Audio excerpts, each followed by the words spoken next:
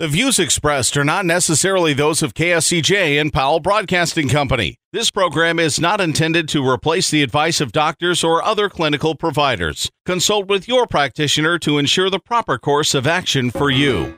Welcome to When Things Aren't Going Well on AM 1360, FM 94.9 KSCJ. This program is dedicated to your mental health wellness and brought to you by Family Services, a United Way partner agency. Here's your host, Art Silva. Good morning and welcome to When Things Aren't Going Well. This show is all about your mental wellness and how you can help yourself navigate the daily highway of life. Our show is brought to you by Family Services, a United Way partner agency serving the Siouxland community. Today our topic is trick or treat and peace of mind. Joining me today is Brenda Geisinger, Chief Operating Officer, Boys and Girls Home and Family Services, and Christy Spicer, Clinical Therapist for Family Services. Good morning, ladies, and welcome. Good morning. Good morning. Okay, today we're talking about trick or treat and peace of mind. So let's frame our topic. What exactly are we? What are we talking about? Christy, you want to kick it off? Yeah, so some of the things I think about with trick-or-treating coming up and needing to be ready for it and how do we prepare, I think we have some things to think about for the kids and other people who are going to go out trick-or-treating. So I think we have some costume conversations to have. I also think about, like, what are they going to collect while they're there? How to make the night really fun and enjoyable. And then if you're the person handing out the candy, like, how do you have fun with that and have that be an enjoyable evening for you as well? Because trick or treat's supposed to be about fun, and so how do we get to that part? Okay, handing out the candy at home. That's a great alternative if someone didn't want to go out and do trick or treating. You can participate at home, greeting people and looking at all the costumes that they're wearing and commenting on that. So that is an alternative. So if you're not one that likes to go out and get involved in the candy hunt, you can always stay home and help out and still participate. Let me ask you this: costumes, choosing a costume. I know a lot of times in my history, the moms always come up with the idea. Here's what you're going to be. So, and they take into consideration a lot of things like the safety issues of a costume. What are some of the things you should take into account in putting a costume together for a child? So I think, I live in a home that's got some stairs. If you're going to come to my front door, you got to navigate some stairs. I always am scared that kids are going to fall up or down the stairs they have to navigate. So I encourage parents to really think about, can your child move well in this costume? If you're going to want them to walk a long distance to do this activity, can they move well? Can they see well? Or do they have on a mask that they really don't have good vision? And then make some decisions about that. Are you okay with it? Are you not? And make adjustments.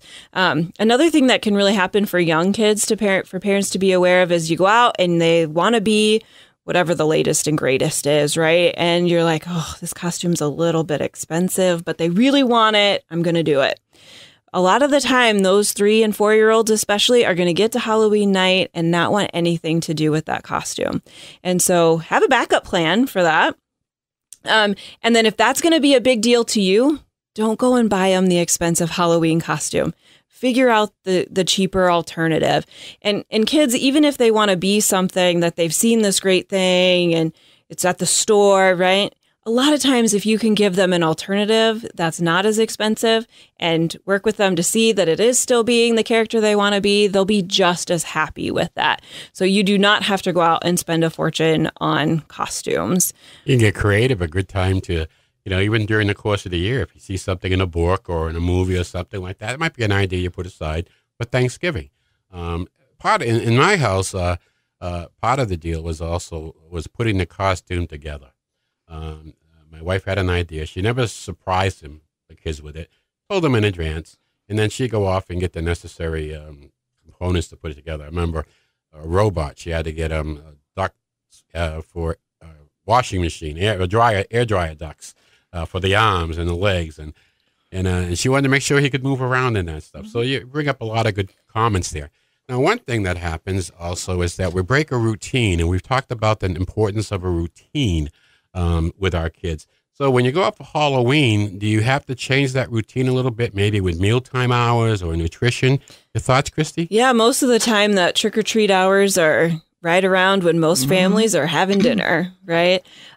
Which there's good reasons for that being the case of when trick-or-treating starts. But if you want it to go successfully, feed your kids before you go. I'm just going to give that advice.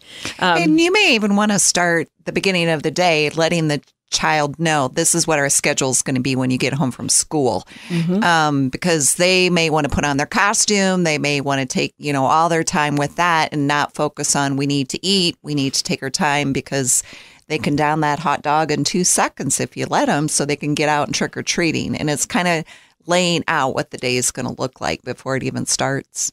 And then I'm sure they're thinking they have visions of candy for supper, and then you have to set that expectation pretty early.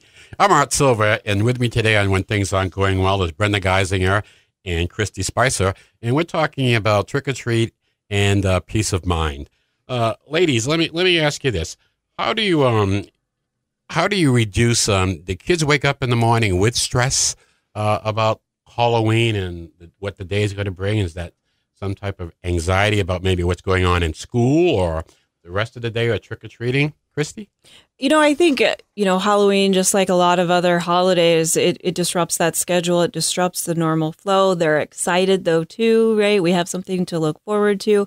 And so it can raise that anxiety piece for some kids because it's something new. They might not know what to expect. But also anxiety and excitement feel very similar to a person. And so kids might even have a hard time knowing the difference. Or you as a parent might have a hard time knowing, is my child anxious about tonight? Or are they actually just excited and are looking forward to getting going? So a great alternative could be stay home and help me hand out the candy. And let's see all the kids that are coming in their costumes, and let's see which one we like the best. You can make a game out of this. In different ways to handle that anxiety. What if you don't want to give out candy? What if your house does not participate in Halloween? Is that an issue for children? I think it can be. It's like everybody's participating and we're not going to and explaining to that, reason why. And it's whatever you're comfortable with. And I think sometimes I myself do not hand out candy. So I put my house in complete dark so nobody knocks on the door? Or am I going to not be home for the whole night? You have to come up with a plan on how you're going to handle that. And making sure your kids are comfortable answering the questions if the question is asked of them. What can they say or should they say that they're comfortable with? Well, you don't have to give out candy if you don't want to. But it all gets back to how you explain it and your reasons why. Right. And there could be some very valid reasons. You got to keep expectations low. I think the kids are coming in already so buzzed and so high in the anxiety and of what they're going to be doing. I think they have to keep them low. Christy, your thoughts on that? Yeah, I think, anytime we go into a situation and have expectations, we have the chance to be disappointed, right? So if you can kind of take a minute and know that things might not go exactly this way, that makes it easier as well. And, I was thinking about the idea of, what can you hand out? Like, if you don't want to hand out candy, that's fine. Lots of people hand out pencils, or the occasional toothbrush, I think, gets handed out on Halloween. Kids kind of go, what's the deal with some of this stuff? But it's really whatever the giver is comfortable with giving. And that, even if a child doesn't want to go out and trick or treat, and you're going to hand out something at your home, let them put on their Halloween costume. Have them do that, because that can be really fun for them as well. Good idea. Hey, we're coming up on our break right now, so continue your morning chill. We'll be right back with more of When Things Aren't Going Well right here on KSCJ.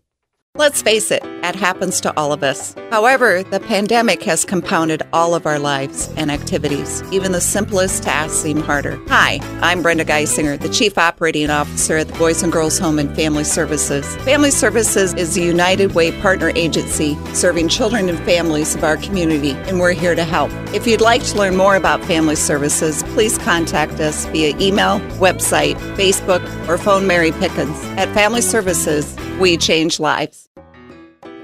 Welcome back to When Things Aren't Going Well on KSCJ. Here's Art Silva.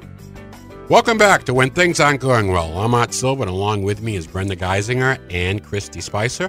from Family Services, and we're talking today about Halloween and peace of mind.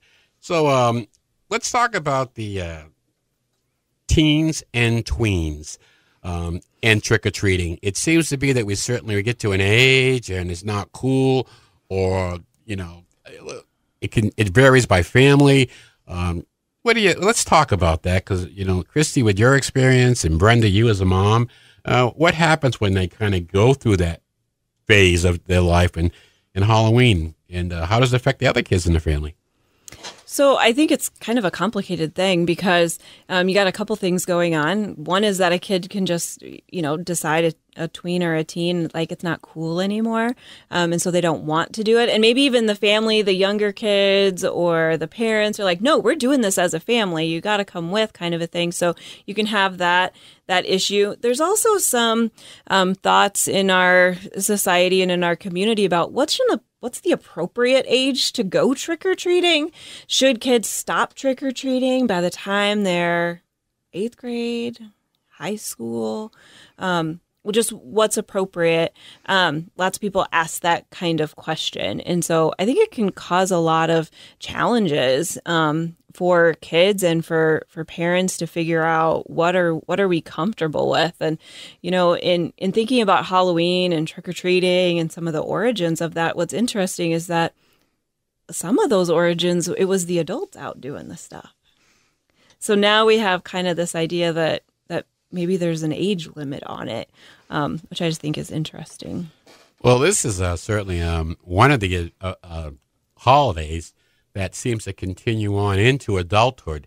And as we get to be adults, we want to put on a better party. So how many house parties have you gone to in Halloween, and looking at the costumes and the prizes? I think it's tough to do every year, unless you're really into the spirit of Halloween.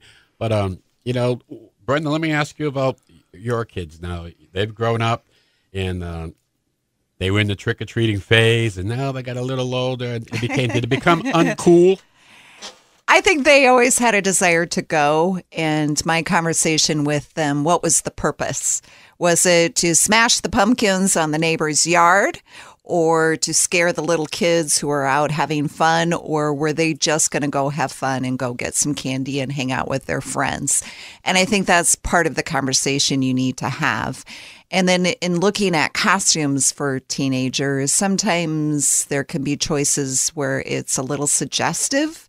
And again, what's appropriate, what's the intent, what's the message you're trying to send, and having those conversations as well. You don't stop being a parent just because they get older around the holidays, and setting those guidelines again. You mean you wouldn't support a Miley Cyrus Halloween costume? There'd definitely be a discussion. In October, it might be a little cold out there too, so that could be a reason why. Christy, let me ask you something. Teenagers, adolescents. This is kind of like the same thing as Christmas and the Easter Bunny. When do you grow out of Halloween? And, because some kids rebel against Halloween. We talked about the treats. Unfortunately, there's tricks. Mm-hmm. And what happened to getting the spirit of the holiday, Your thoughts on adolescents and Halloweens? I think one of the things that happens is they're just not sure where they fit into it. And so I think they need some help from adults around them to know where to fit into it, so that they're not out causing some damage and things like that people then aren't so happy with. So, as a person who does hand out candy at Halloween, oftentimes, if a teenager comes to my door, they get candy. If an adult comes to my door, they get candy. Everybody just gets candy, right? Like, if you come, you get candy. It doesn't have to be anything. You're going to share where you live? Oh, you candy lovers. She gives out Godiva. It's not the good stuff. But help them. If you feel like your children shouldn't be out doing the trick-or-treating, give them an alternative activity. Pay for them to go to a movie. Let them go and have a party with their friends. Give them an alternative activity that you are comfortable with. If you as a parent feel that them being out trick-or-treating is not the right thing for your child, which can be for a variety of reasons. But give them something else to do. And then they'll probably be like, that's fine. You're going to pay for me to go see the movie. I'm okay with that. Or go to, do one of the other activities in town, bowling or something like that. They'll be okay with that too. The idea, I think, about trick or treat night is about having fun. And so helping them find the fun that isn't going to get them in trouble. I got to tell you, when trick or treat comes around, some of the pranks, and I don't want to advertise them, but houses have been egged, and that's a hassle. The TP we see, and that's a hassle. It should be no fun at somebody else's expense. Right. And I think that's a good rule to operate under on Halloween. Let's go have some fun. The water balloons and stuff like that you could do in a crowd, but not at someone else's expense or damage the property. I remember out in Detroit, they had a heck of a Halloween every year where they would burn cars. And I mean, what the heck? Where did that come from? So I think it's a good holiday. I think our community has what I would call a good Halloween protocol. There's a lot of communication about what's going on, what the hours are. Public safety is out there with the police, and they encourage it. The parents are out.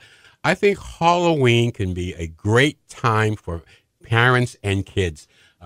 Parents can use their imagination to show their children that, hey, I can be a little out here too. I got an idea of what's funny. And I think that's the fun part in a family, getting people involved. Anybody want to comment on that? I just think that I really like that. It's supposed to be fun. I've said that a couple of times, and working together on a costume can be a lot of fun. I also think about, if you have kids and going in a neighborhood doesn't seem like the right thing to do for Halloween. I know Halloween this year's on Sunday. I don't even know when trick-or-treating is for sure, if it's also on Sunday. That could be a tough night for a lot of kids to then go to school Monday morning. So can you find an alternative to trick-or-treating that night? The mall a lot of times has trick-or-treating with maybe some different hours. There's lots of different trunk-or-treats around where you can even get your candy quick with your kids, so to speak. Lots of those opportunities too, and oftentimes those are not on Halloween night. They're on a neighboring night, so you can research and find out when that might be, and that can be a really fun alternative as well. And sometimes they have some additional activities and stuff with the trunk or treat locations. So there's lots of different ways to celebrate. This would be a good time also, I think, with parents, and challenge yourself. Challenge yourself at Halloween and your child. Let's come up with something. What's hot? Because a parent can learn. I think you get distant from the kids and what's hot today. You can learn from them. So let's challenge yourself to come out. Not my idea. Maybe it was my idea when you were smaller. Now let's challenge yourself, because it also reveals what they're thinking, what's hot, and that can be good or bad. And it gives you an opportunity to interact with your child again and kind of like make sure that they're on that right path, that they're doing it for the right reasons, and the understanding that this is fun. So as we go out with Halloween this year, what we're looking for, everybody, is fun. If you go out and have fun, adults can have fun. I know when Halloween falls on a Saturday night, there's a lot of Halloween parties people hold. And it could be the case this year with Halloween falling on Sunday. So, I mean, there's a lot to do. It's a celebration. We need to get out there and have a good time, but recognize it as a family opportunity. If you have a family and you can do this and everybody's there, make it a family deal. And don't put your lights out.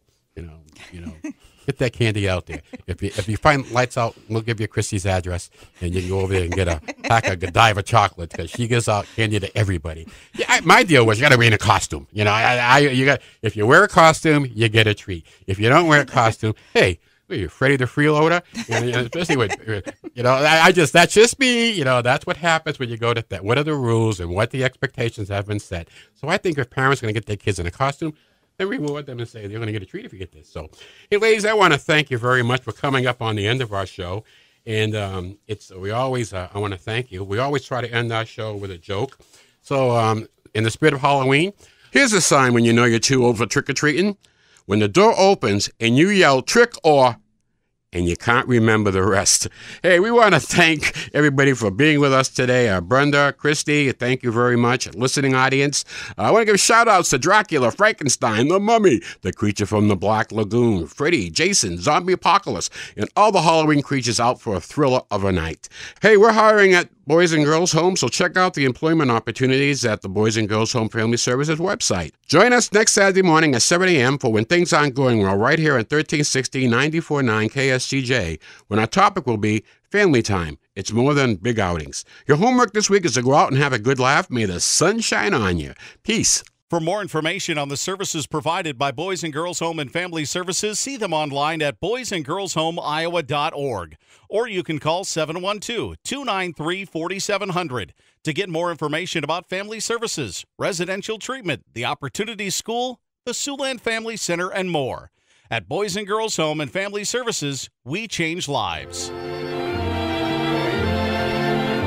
Happy trails to you until we meet again.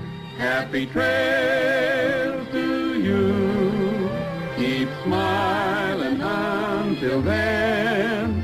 Happy trails to you till we meet again.